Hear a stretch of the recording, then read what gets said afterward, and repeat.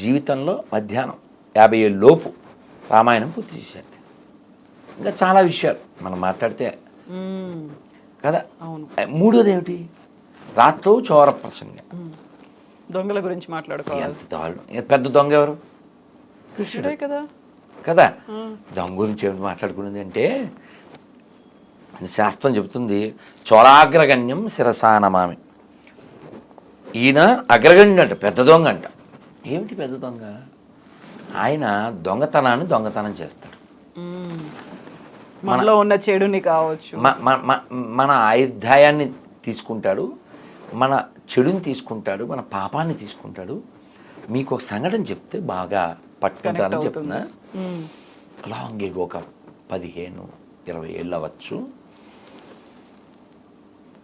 బృందావనంలో రాధాకుండ్ దాస్ అని ఒక ఆయన అమెరికన్. మేము గోవర్ధన పరిక్రమ చేసి అలసిపోతాం కదా ఎండలో, 21 కిలోమీటర్స్ తిరిగితే మరి అలసలు వస్తుంది, చెప్పులు కూడా వేసుకోం కదా. ఇంకా ముఖం వాడిపోయింది. ఆయన కనపడ్డారు. తక్కువ మేము సాష్టాంగం చేశాం, ప్రణామం చేశాం. ఎందుకంటే ఆయన ఇచ్చిన లెక్చర్స్ని నేను తెలుగులో ట్రాన్స్లేట్ చేసేవాడిని తిరుపతిలో, కాబట్టి గుర్తుపడతారు. వారు ఇప్పుడు లేరు, నో మోర్. ప్రభుపాద వారి శిష్యులు అమెరికా. నేను గుర్తుపట్టి ఆ ప్రభుజీ హరికృష్ణ ప్రభు ధన్యవాద్ ప్రణాం అని అన్నాం.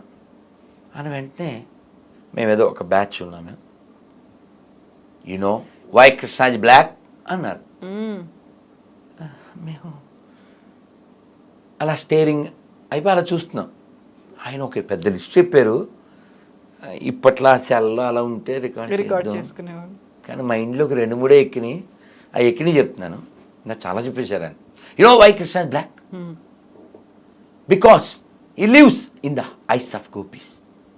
He take bath in the Yamuna. He steal your sin.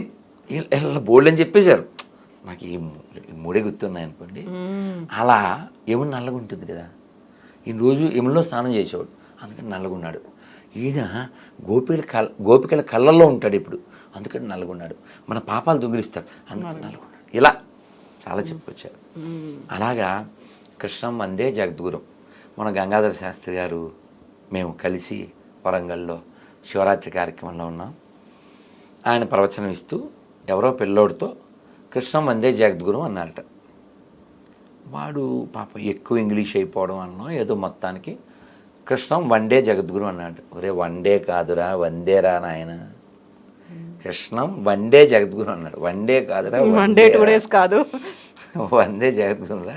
అంటే అలా ఎందుకు అంటే మనం చెప్పట్లేదు, శంకర్ల వారు కంటే గొప్పడు కాదుగాను, రామానుజుల వారి కంటే గొప్పడు కాదుగా, మధ్వాచార్యులు అన్నమాచార్యులు వారు నారాయణ తీర్థుల కంటే నువ్వు గొప్పడువా? వాళ్ళే కృష్ణుని అంగీకరించారు కదా. శంకరాచార్యుల వారు కాశీలో గంగాతీరం వెంట వెళ్తూ ఉంటే ఒక వృద్ధుడు రుక్కుంకరణే అంటూ వ్యాకరణాన్ని వెళ్ళివేస్తున్నారు.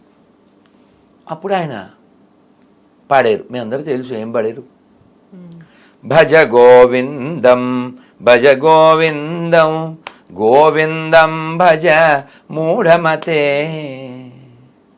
సంప్రాప్తే సన్నిహితే కాలే నహి నహి రక్షతి రుక్కుంకరణే.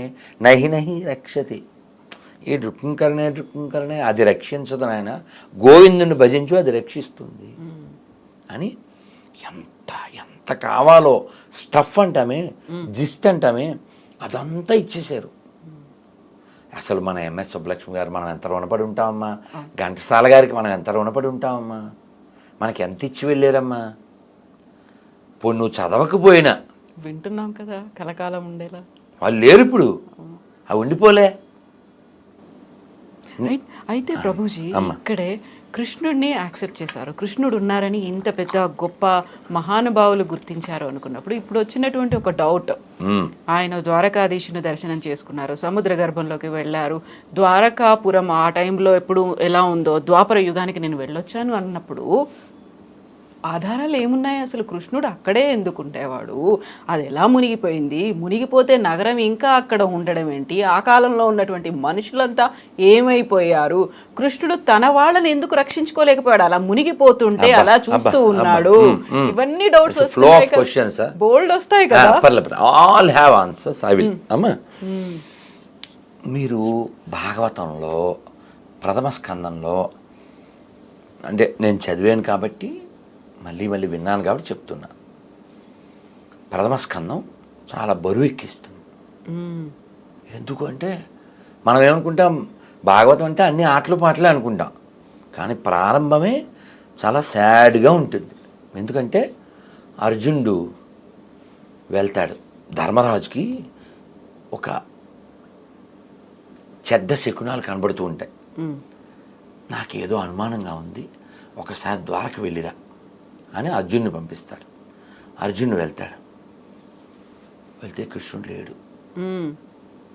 కృష్ణుడు భార్యలు ఉంటే వాళ్ళని తీసుకుని వస్తూ ఉంటాడు.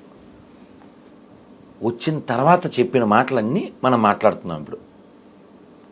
ఎందుకు అలా అయిపోయావు, అంత నిస్త్రాణంగా ఎందుకు అయిపోయావు అంటే, అన్నయ్య మన సఖుడు, మన బంధువు, మన మిత్రుడు, మన ప్రాణం ఆయన కృష్ణుడు ఇంకా లేడన్నయ్య, ఆయన స్వధామానికి వెళ్ళిపోయాడు అని చాలా బరువు ఎక్కించేటువంటి బాధాకరమైనటువంటి ఈ విషయం చెబుతూ, కృష్ణుడు లేడు, వారి భార్యలందరినీ నేను తీసుకుని వస్తున్నాను, దారిలో వేటగాళ్ళు నన్ను అటాక్ చేశారు, నా గాంధీవం, నా విల్లంబులు ఎక్కువ పెట్టాను, మంత్రం గుర్తు రావట్లే, తప్పక నేను మామూలు వ్యక్తిలాగా ఆ గాంధీవం ఇలా వేయవలసిన బాణాలు దాంతో చేశాను, అయినా వాళ్ళు లాక్కుని వెళ్ళిపోయారు. ఇన్ని రోజుల నా విజయం నాది కాదన్నయ్య, ఆయన ఉండబట్టి కదా ఇదని. నేను ఆయన ఉంటే నేను హీరో, ఆయన లేకపోతే నేను జీరో అని ఇలా చాలా బాధ వ్యక్తం చేస్తాడు. ధర్మరాజు, ఓ ఇదంతా మనం బ్యాగ్ సర్దుకోవాలి అని చెప్పడానికి సైన్స్ ఇవన్నీ అని చెప్పి వాళ్ళు అప్పుడు తెలుసు కదా ముగింపు, దాని పేరు మహాప్రస్థానం. అది కూడా నేను చదివా. ఇది భాగవతం తెలుగులో చదివా, అదేమో ఇంగ్లీష్లో మహాభారతం చదివా. చాలా బాగుంటుంది. ఎక్సలెంట్, ఎక్స్ట్రాడినరీ, ఎక్సైట్మెంట్ ఇవన్నీ ఉంటాయి అందులో. అంటే మనం మాట్లాడితే అలా ఎక్కువైపోతుంది, అయినా షార్ట్గా చెప్తాను. అలా వాళ్ళు ప్రయాణం చేసేస్తారు. ఆ ప్రయాణం చేసినప్పుడు ఒక్కొక్కరు పడిపోతారు, మీరు విని ఉంటారు. బదరీలో అవన్నీ ఉంటాయి. భీమశిల మేము వెళ్ళొచ్చాం, అక్కడే సరస్వతి ఉద్భవం, వ్యాస గుహ, మళ్ళీ గణేష్ గుహ, ఇవన్నీ ఉంటాయి.